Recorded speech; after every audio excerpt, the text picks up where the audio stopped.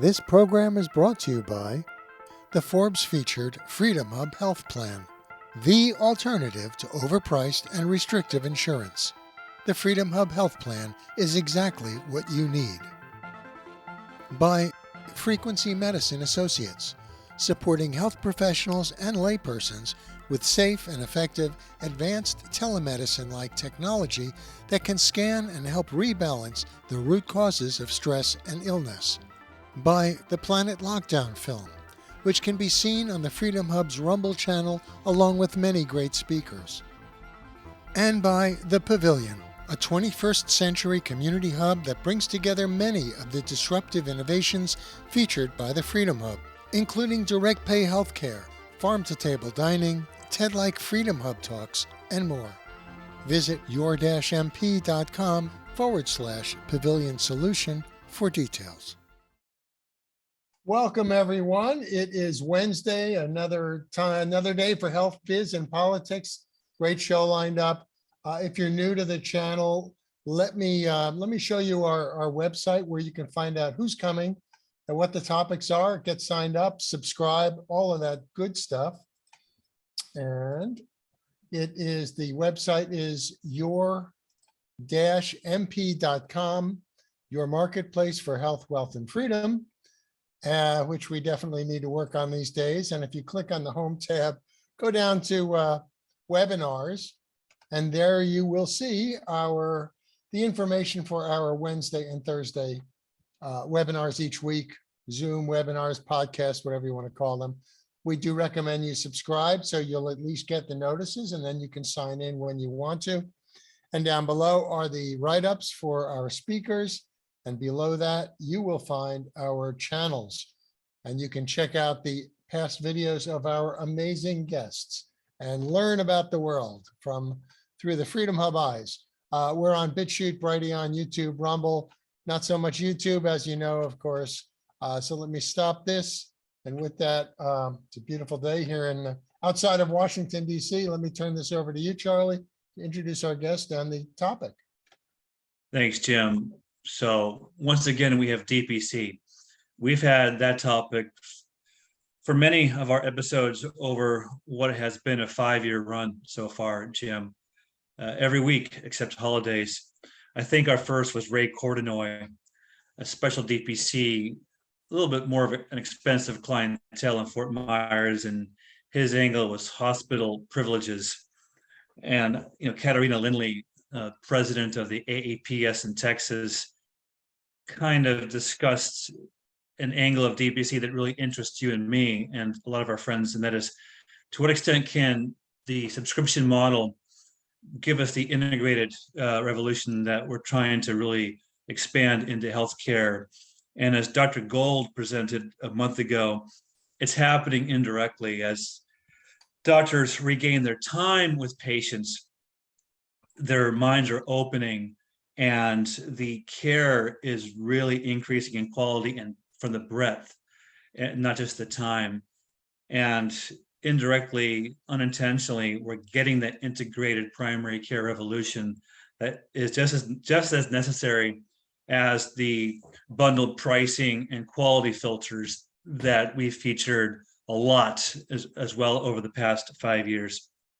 And so, our sponsor is a sharing brokerage that creates cash patients.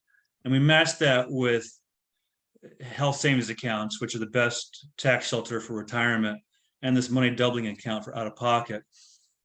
But a lot of our friends, including some Rosetta advisors, so-called Rosetta because they're the best at helping employers save money and lower out-of-pocket for employees, are suggesting that the HSA has its use, but what's really helping employer plans is that monthly subscription direct primary care physician, because the mostly blue-collar workers are really finding high out-of-pocket plans to be a barrier to care. They're delaying care, and they're so intimidated by the healthcare complexity that without an easily accessible doctor, they're getting lost in the weeds and even facing bankruptcy from these surprise bills. Having an on-call monthly paid primary care doctor gives you unlimited access for any kind of ailments, and studies show they can resolve up to 80% of your sicknesses and accidents. They can find you cheap drugs, cheap places for that test they want you to take, that image they want you to get, or that specialist they want to see. They know who the good ones are. So they really kill a lot of birds with one stone. And now the big thing is how to get employers to pay that monthly fee to save money in the long run. That's the topic that Dr. Purcell wrote about in his book, Magic, Pixie Dust, and Miracles, a guide for primary care and employers. He is a founding member of the DPC Alliance, and DPCs were really touted in the Trump administration. And assuming Republicans start to regain power next month, we're going to find some orders and probably bills passed to expand DPCs, maybe allow or to make it really official that HSA withdrawals are eligible for DPC monthly fees. I like his style. He is a DPC in South Carolina, but it is linked in. He writes, the doctor-patient relationship has been destroyed by, get this, administrative hacks and insurance thugs. You know, come on, that's true.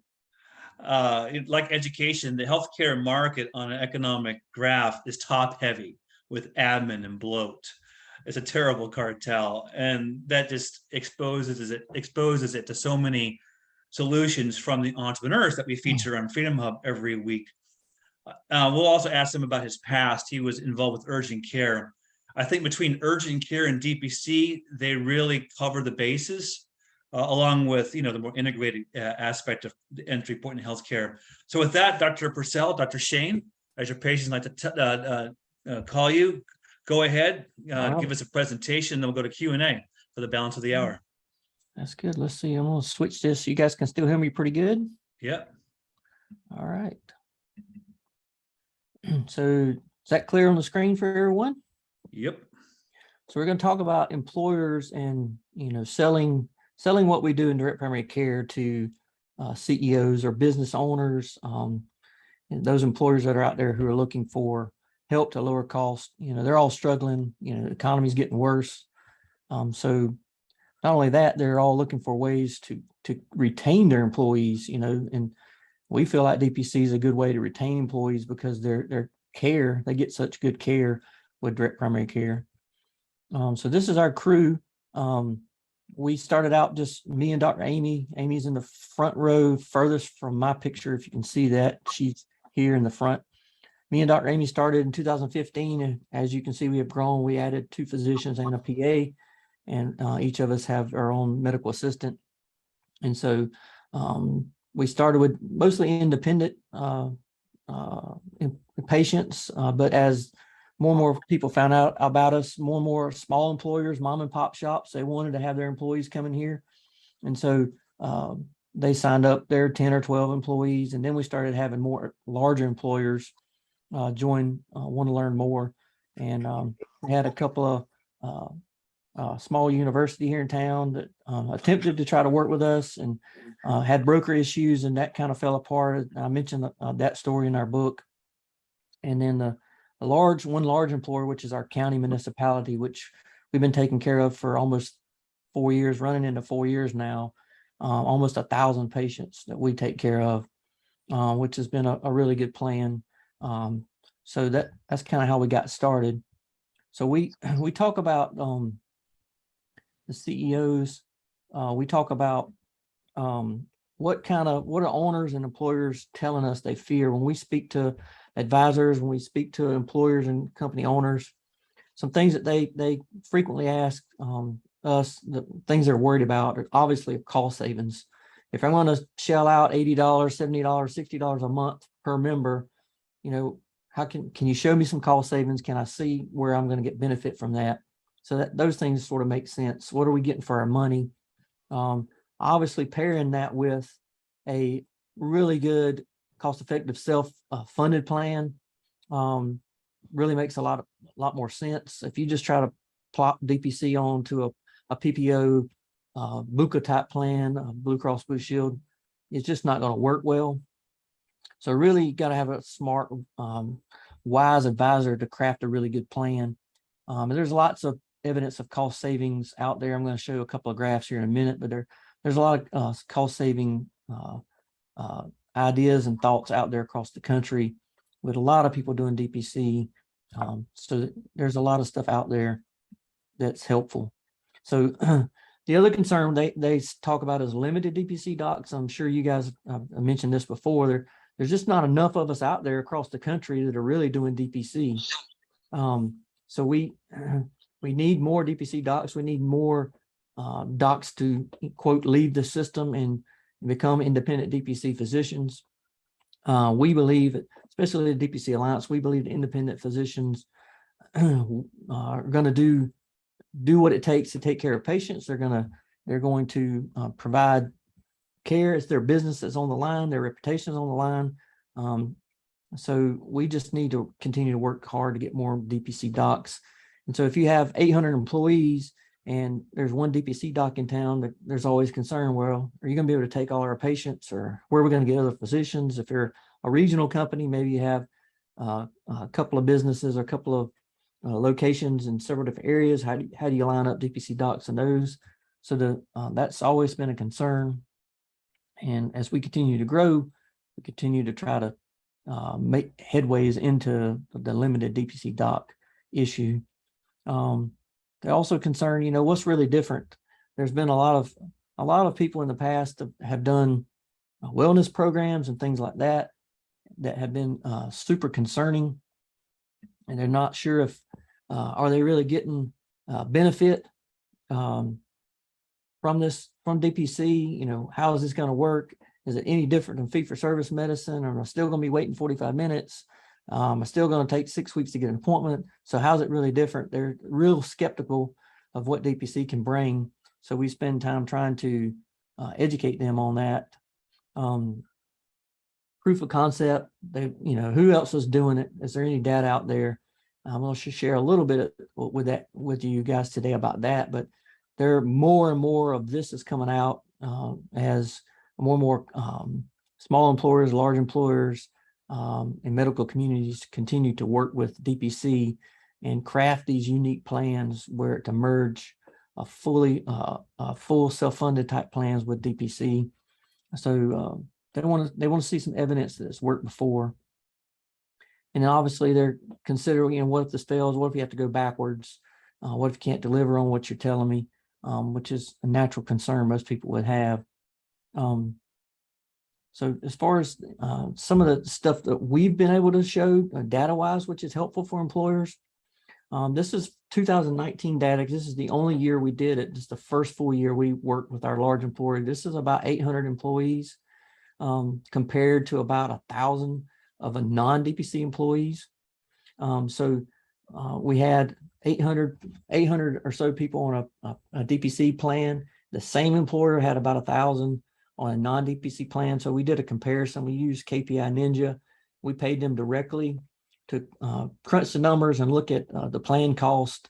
They ran all the claims, looked at all the numbers, and basically gave us this data. Again, it's from 2019. And it shows, obviously, there's lower overall cost in the DPC plan.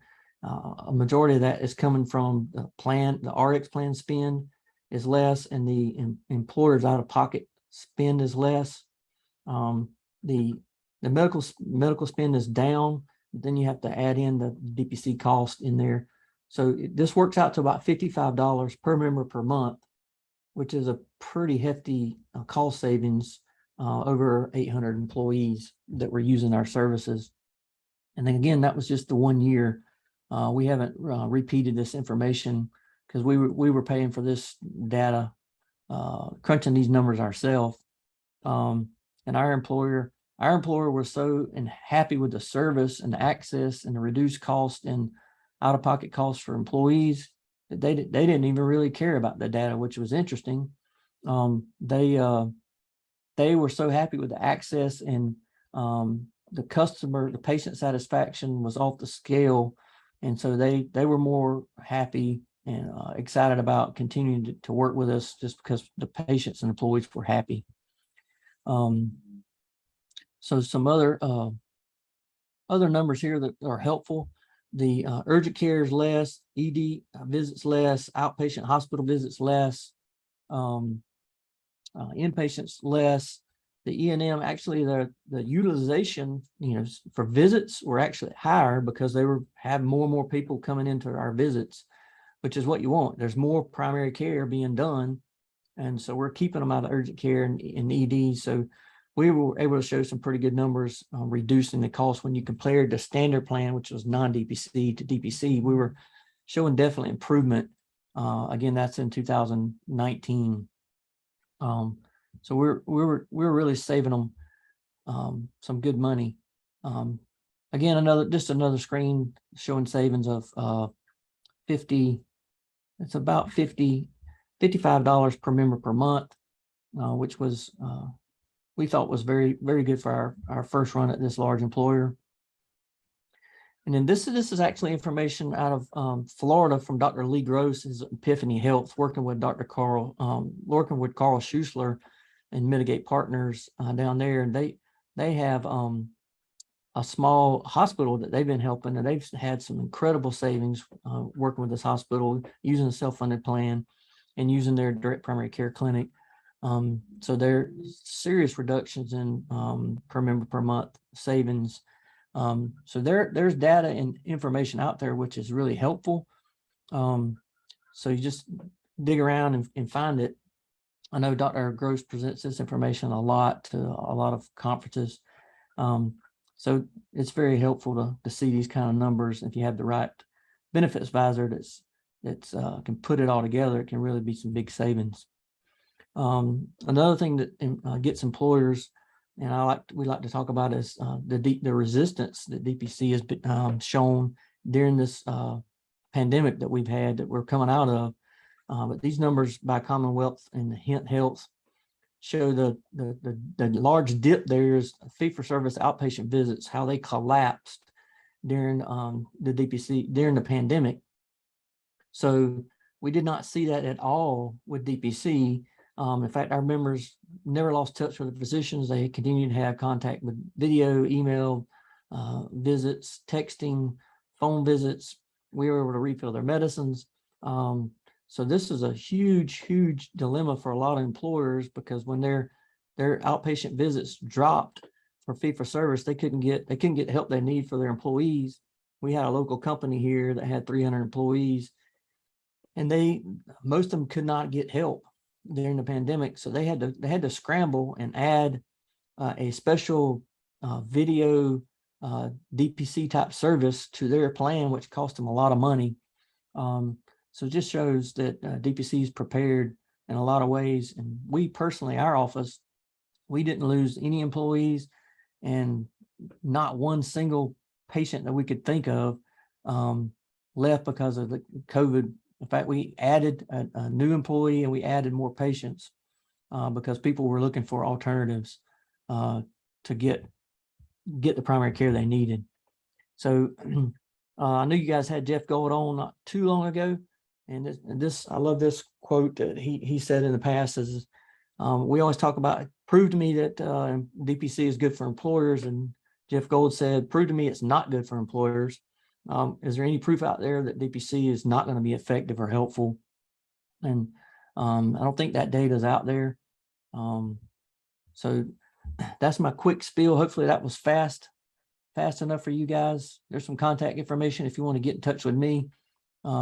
Happy to chat with you guys, or take emails or anything if you need to.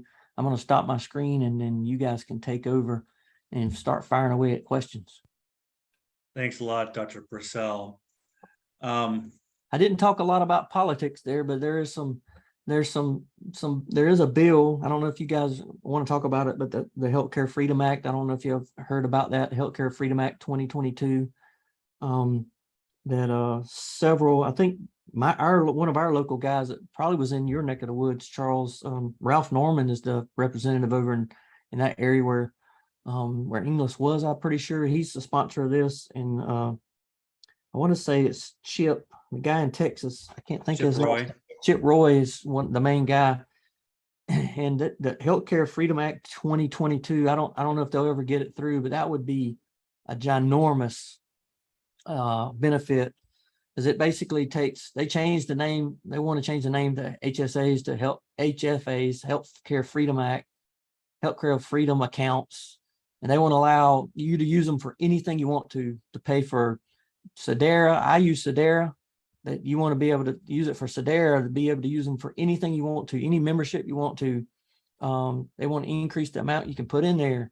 They want to adjust all the rules and restrictions off of it.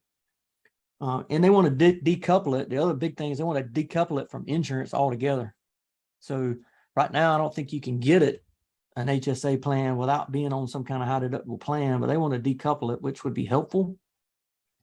And obviously it basically allows it to be used for DPC membership, which, there's a lot of debate about that, but, so that if would be a very interesting plan if we could get that passed. I don't know what the chances are. They've tried and tried and tried. We may be stuck until we get a different leader in the White House. I don't know. Probably so. Dr. Campbell, you're free to care doctors. Have you been involved with Congressman Roy's bill at all and expanding health freedom? Yeah, absolutely. I'd love to share some anecdotes to tell you a little bit about the man. I used to go down to Washington and I would have to give briefings on how to reform healthcare. And I represented the grassroots docs. And of course, you had all the think tanks there. And Chip Roy was a freshman congressman who knew nothing about healthcare, except he had been very sick once and came through the healthcare crisis alive and was thrilled, but he knew something needed to be done. But he knew nothing. I would say today, he is the most knowledgeable person in the House on healthcare issues. He has really put his nose to the grindstone. His chief of staff and his healthcare advisor are two of the best warriors you'll ever see. So I'd also like to, and I'd just like to share that because I think it's important for people to know the context of what you're dealing with. I would tell you that with the Trump White House was the best friend DPC's ever had. I used to meet with their chief of staff and deputy chief of staff every Wednesday. It seemed like every 6 months we had new people, but I was the continuing thread. And President Trump, I like that term you used. He kept the insurance company thugs who were telling the administrative hacks how to get rid of DPC. And basically they wanted to define you as an insurance product. And President Trump stopped that over and over and over again. So it does matter who's there and what their thoughts are. The only other thing I will say is in the big picture, I spent a lot of time like with Chip Roy and different people trying to reform healthcare, reform it, fix it. I think the beauty of what you guys are doing and why everybody wants to take you out is because you're doing something that is actually more possible. And that is building a new ecosystem that is so compelling and so much better that people will leave the old ecosystem. When you look at the current medical industrial complex, the doctors and the patients are markedly diminished. And in your ecosystem, they're at the center of what's going on. I think what you're doing is far more feasible than going to Chip Roy or the new president or whoever we're going to deal with and getting it fixed. I think what you guys are doing is the most likely solution to what's going wrong. And kudos, I love what you guys are doing. And DPC, I think, is further along than anybody else. There's a lot of silos who are coming into it, but you guys are the furthest along. So we all want to kind of follow the trail. If I can tell other physicians to do such a thing, I would say follow DPC docs because they're blazing the trail. We just need to go find our own space in the new system. So thanks for what you're doing. Thank you. You want to comment on that, Dr. Purcell? No, I mean, other than say 100%, I agree. I would, I've been disillusioned and disheartened a lot, because I've taken trips to Washington, D.C. Large groups of DPC doctors have went, and it's a game. You're trying to play a game, and we don't have DPC docs. There's no meat on the bone. There's no money involved in what we do. Our overheads and what we generate revenue wise, you're not talking about big money here. So these BUCA plans and these, the hospital associations and the American Insurance Association, all these big, gigantic companies and organizations are feeding billions of dollars into the system all the time. And it's hard to win against that. So we're keeping it more grassroots. What we're doing, DPC Alliance, we keep rescuing physicians who are burdened by the system. We just keep throwing out lifelines and trying to rescue them as many as we can. But the system, it's like a drug, Jeff Gold talks about it all the time, is people are addicted. Physicians are addicted to the insurance system, and patients are addicted to the insurance system. And you have to get them off. It's like treating an addict. You have to get them out of the system, and you have to get them off the drug, and until they realize, oh, there's a whole nother world, and there's a whole nother situation out there that I didn't even realize was going on, that I could live like this and be happy. So I don't know how much Washington is coming to help us. But if we could get this bill, this Healthcare Freedom Act bill has everything in there that would be helpful to us in DPC world. I can tell you that. It would be helpful to our brokerage as well, because you mentioned the vague nature of HSAs and eligible withdrawals for DPC subscriptions. And I get it. I mean, you mentioned Sedera, so that's one of our partners that we recommend, and then Zion. And you mentioned self-funding as a complement to DPCs. What about Sedera or Zion? Because there's George Klassen is on here.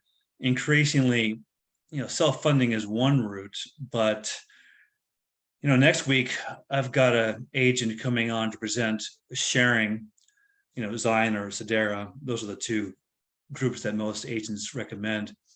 They're secular and they're great for groups. The list bill sign up is really easy.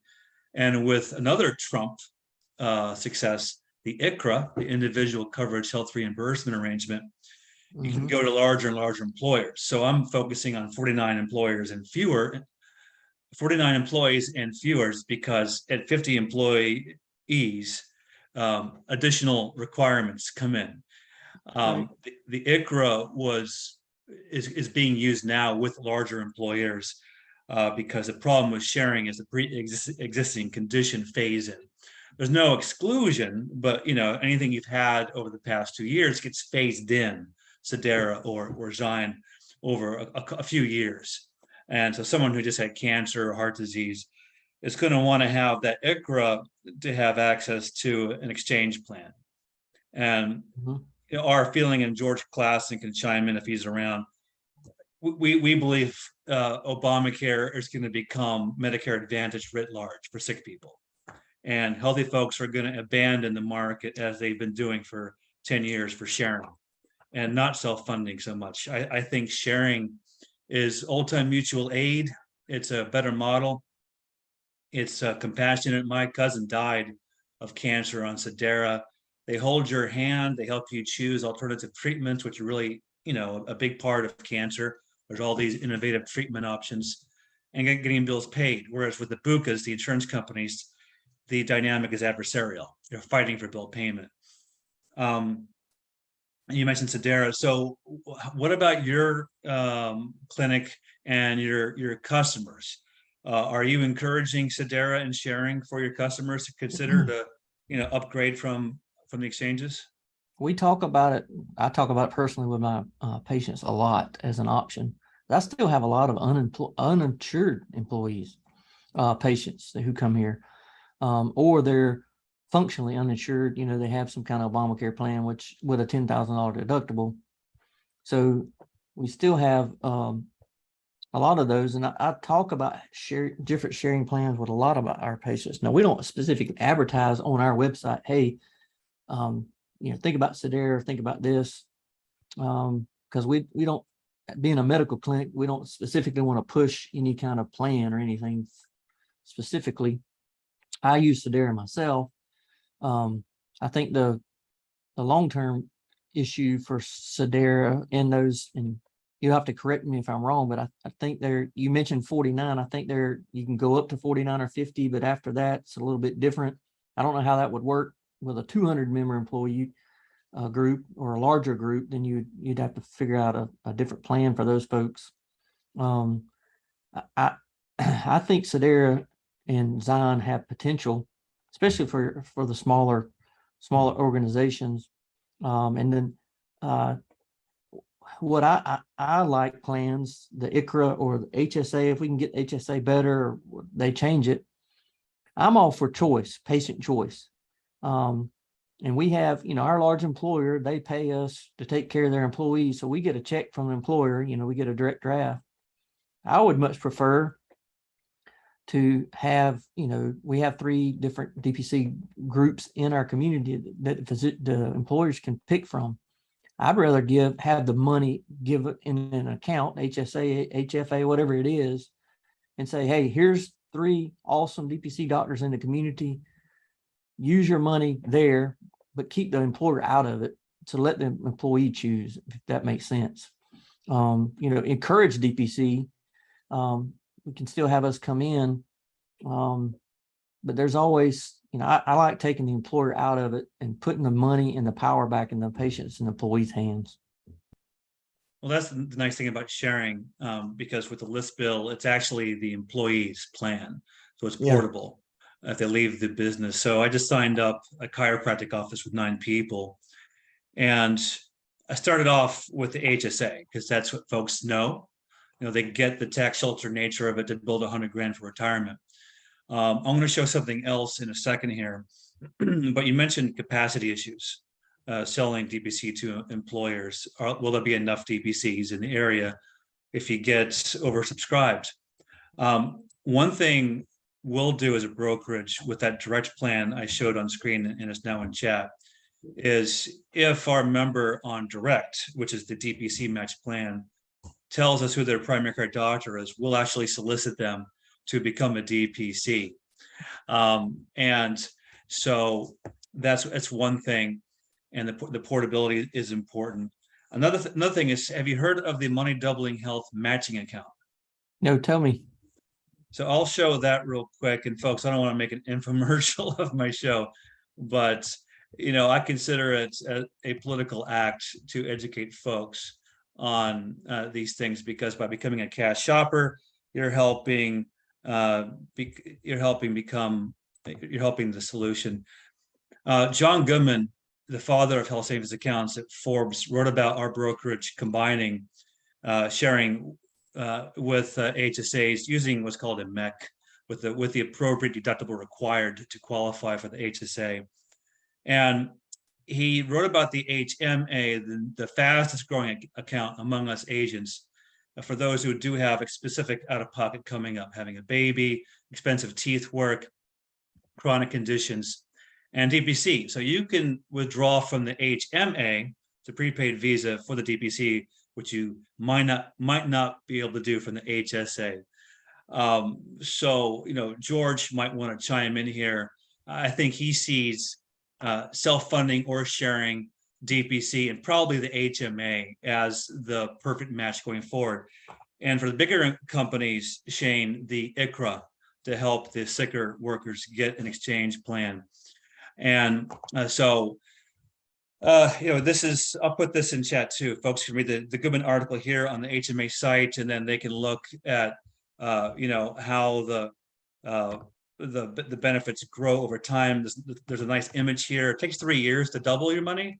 And then if you have $140 a month over 3 years, doubles to 10 grand.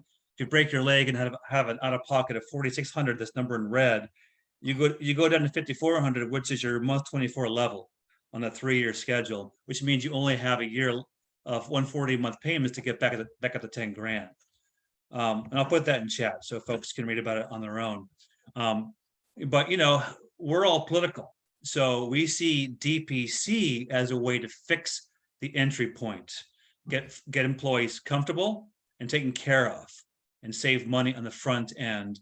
With this time, that's the key factor here. There's no hamster wheel. That hasn't been emphasized enough. The hamster wheel of electronic records claims chasing has ruined medicine. So you're saving that part. With other guests, we want to talk about the integrated aspect. That's the future. You can comment on that too if you want to, Dr. Shane. With all that time, with patients, independent-minded patients coming to you, they probably are asking you about alternative treatments, and you have to have a response. Maybe your mind has grown. If that has happened, please comment. But for the out-of-pocket portion, we're matching DPC with HMAs until we fix the law. And then, sharing is going to be not just for the small groups, but for the bigger groups in the future, as we'll present next week. You want to comment on that? Or George, do you want to comment, or even Dr. Campbell, anyone? Yeah, George can't talk right now, wherever he's at the airport or something. So I'm just throwing that out. Yeah, that's right. I saw that. I think Charles Ford's hand is up. He has some questions. He'll be presenting, I think, next week as well. Well, Go ahead, Charles. thank you for the promo. The question is, Charles, the Charles Froman mentioned this. If I'm an employer, and let's say I've got 500 employees and I'm spread out over several locations, and in one location you have an adequate network of doctors on the DPC, at this point, how do you scale up to solve that problem? That's my first question. My second question is, looking at your statistics, since you have such a small market penetration, your statistics, I don't think, meet the definition of creditable one way or the other. But it appears to me, just looking at the graphs that you provided, that the immediate impact that your program has is in the area of prescriptions and prescription over abuse, prescription over prescriptions, over subscribing, et cetera. And I would like for you to comment on that if you have a chance, and maybe answer those two questions. And then my third point may be for Charles.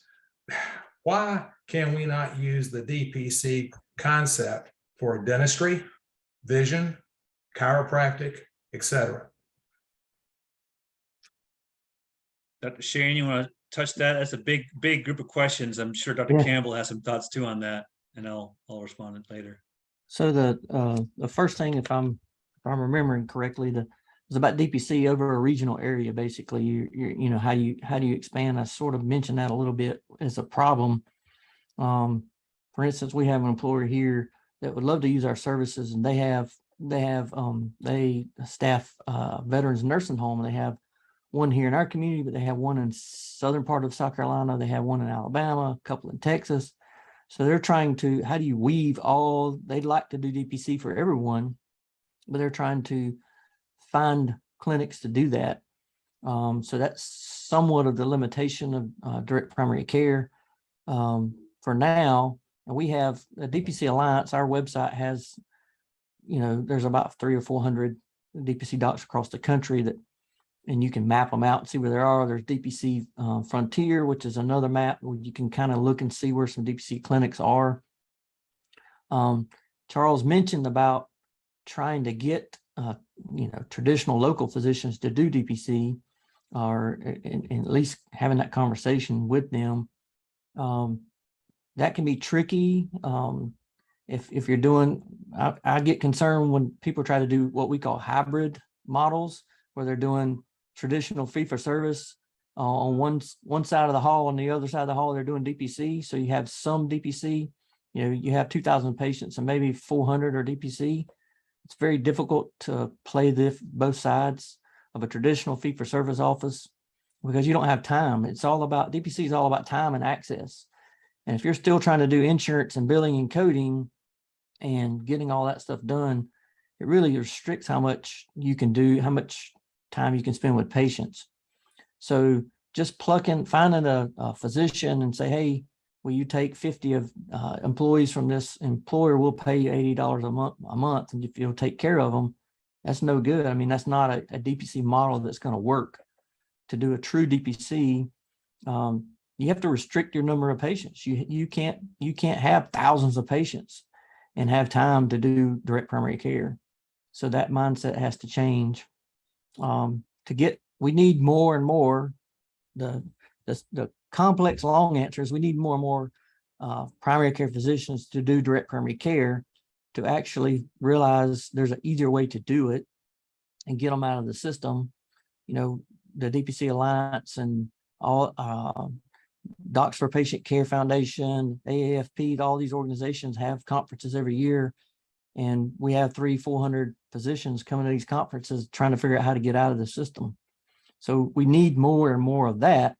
It just takes a lot of time because it's a mindset. DPC is a mindset that puts patients first, restricts time, does away with insurance, and changing the mindset takes a lot of work and a lot of time.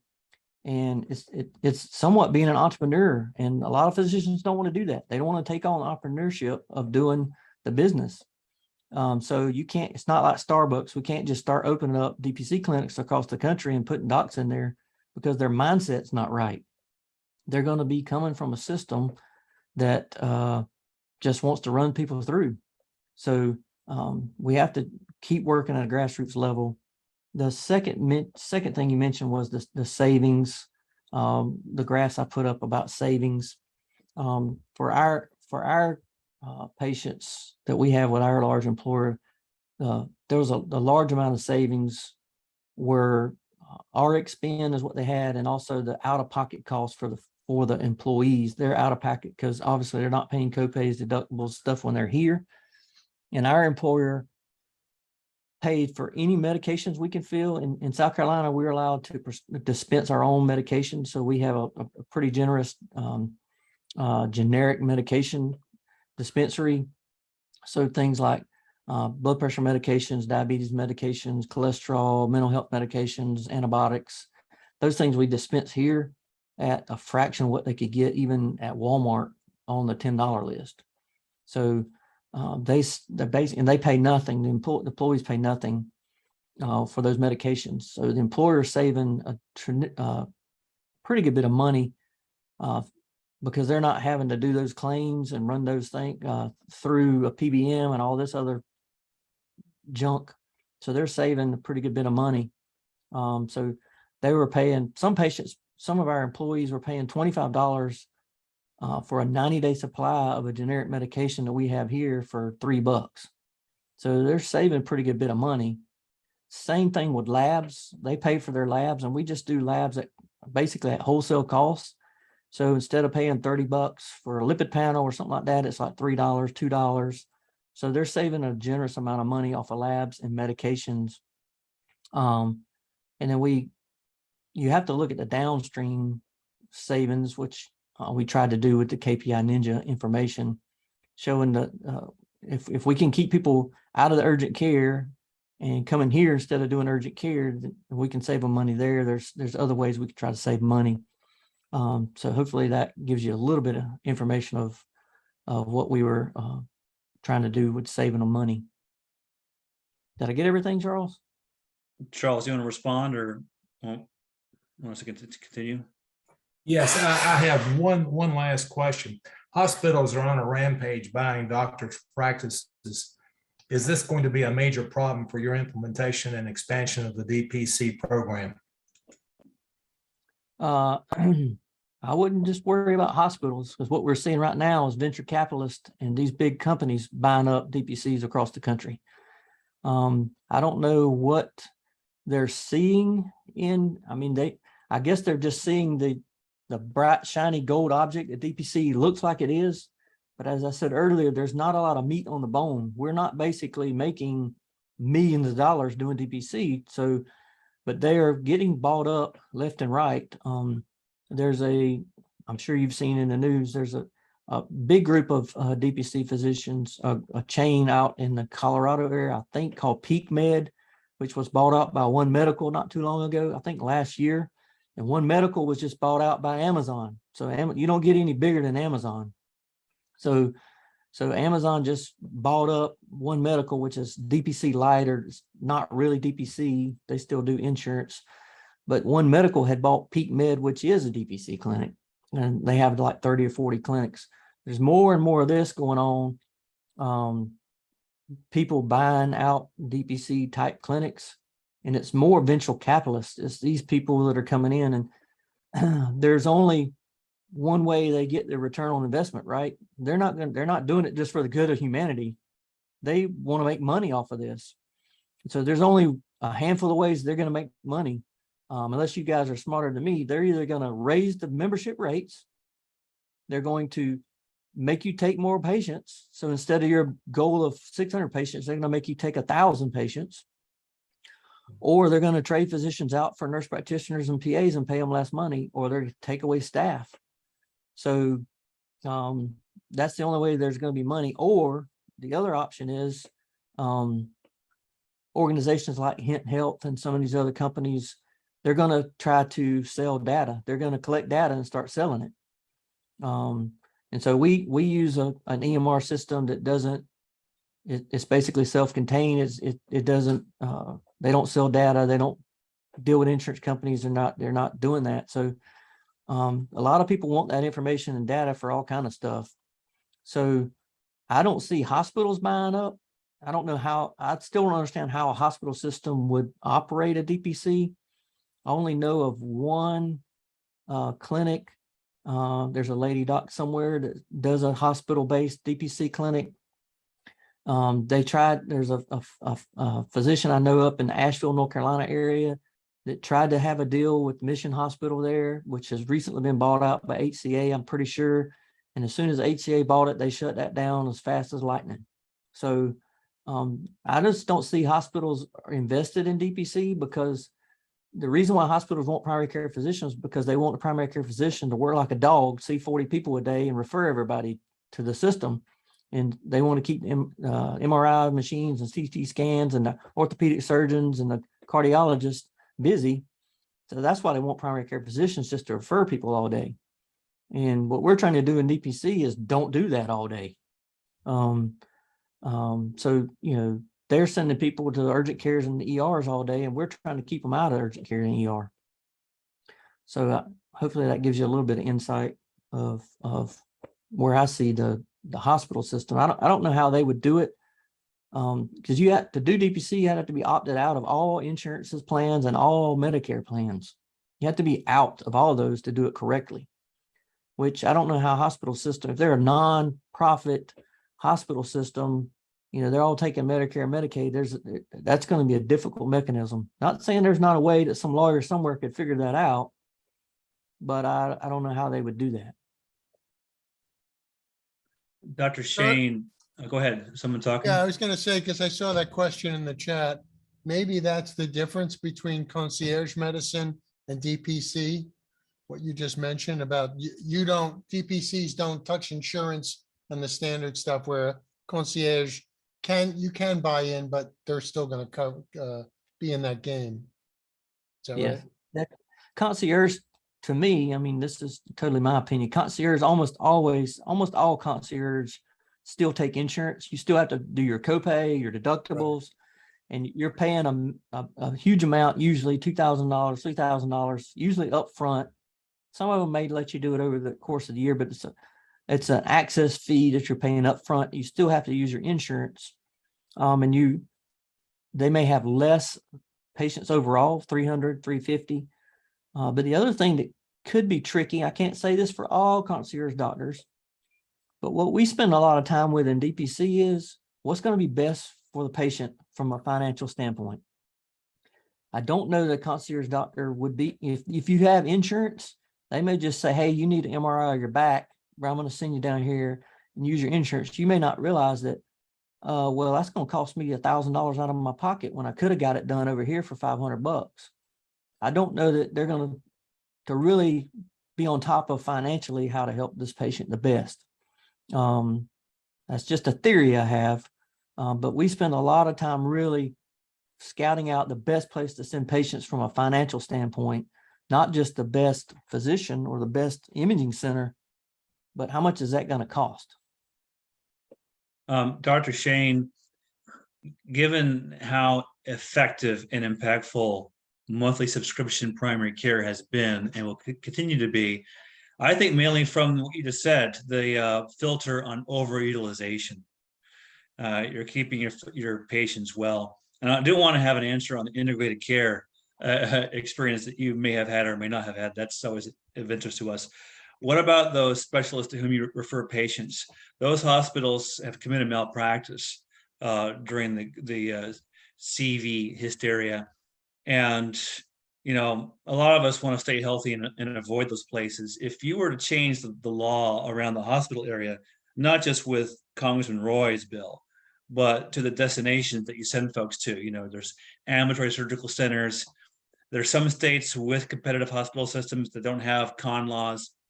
Have you put much thought into these destinations that you're sending your patients to and how you would improve the hospital? Because, you know, our co-host Jim Graypeck runs Pavilion, which, you know, has a hospitality mindset to make these hospitals less bad. It's a big concern for us.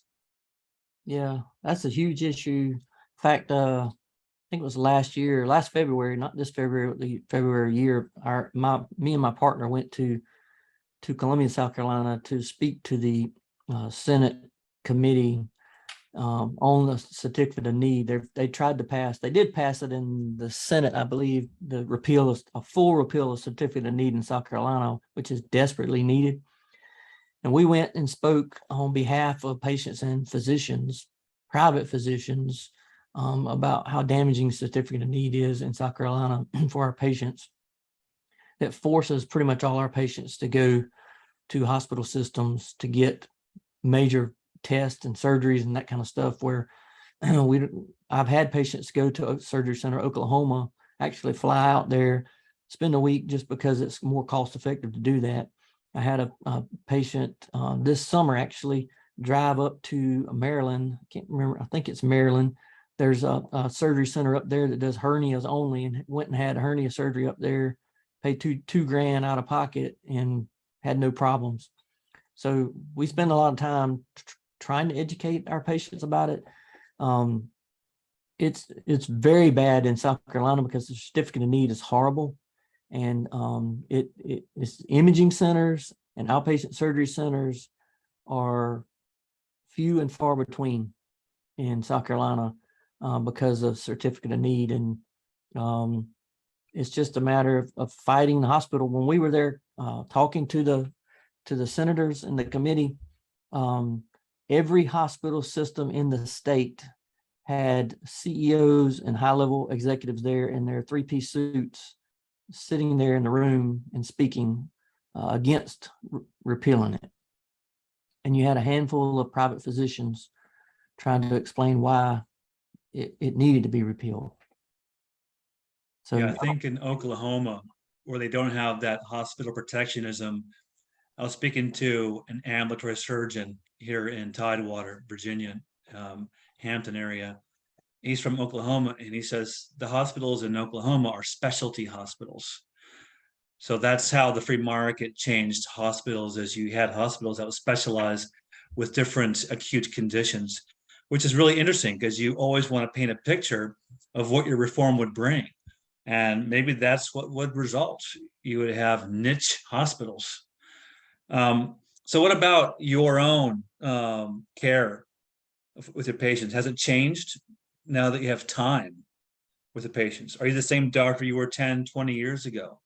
Or as the breed of patient approaches you with a more skeptical mind, they want a little bit of more detailed digging into their ailment, especially that, you know, the real epidemic is chronic disease, right? Oh yeah. So how have you changed to deal with that real epidemic? So it allows, I mean, you mentioned earlier about coming from an urgent care background. So I was disillusioned when I got out of residency. In my first 2 years, I worked as an employed physician, and I said, there's no way I can do this insurance-based medicine forever. So I started doing more urgent care, then had my own urgent care. And urgent care obviously is a lot different than primary care. It's more turnover and churn. If you have to be careful that you're in the insurance-based system too. And urgent cares can be money grubbing places where we're just going to do every test we can do while you're here just to run up the bill.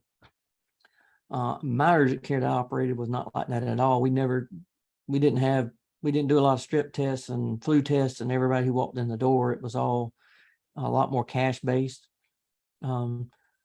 But the beauty of the DPC for me is the lower numbers, so it allows you more time. So I can sit there for 30 or 45 minutes. And if Miss Martha comes in and she's got a list of complaints, I can really go through that list.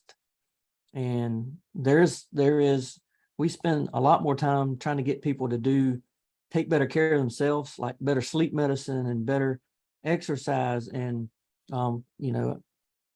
we have a couple of chiropractors we recommend. We have physical therapy that we send a lot of people to. We try to get more and more deeper into their underlying issues, but the only way you can do that is to have time to do it. There's no way you can do it in 8 minutes or 10 minutes. It's going to be, oh, your shoulder hurts, let me just send you to orthopedics. So instead of really doing a good exam, say, I think you probably need to just get some really good physical therapy, and this thing will probably be better. I mean, you'll be golden. I don't think you need an x-ray. I don't think you need an MRI. I think you need to work it a little bit and let's get it better. So it's education for the physicians, because, hey, you can slow down, because if you've been doing this for 20 years and all you know is, hey, I got to get to the next patient, it's mind blowing to say, oh, well, I've already done everything. I still got 20 minutes with you. What else do you want to talk about? So, but we do have time when people come with difficult questions. You mentioned integrative, they want a more natural, holistic type of approach.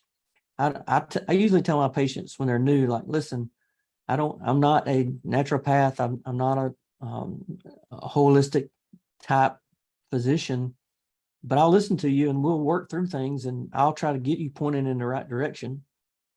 Because we like to know, like, your patients, I can guarantee you patients are going to get all kind of things. We have lots of patients that are taking CBD and all kind of products that they're getting from places that you have no idea where they're coming from. You don't know if they're safe or what. So having that time really gives us a chance to sit down and, okay, what supplements are you taking? What vitamins are you taking? What sleep stuff are you taking? So we can really begin to fill in a whole round picture about, well, you won't give me pain meds, so I go over here and get this.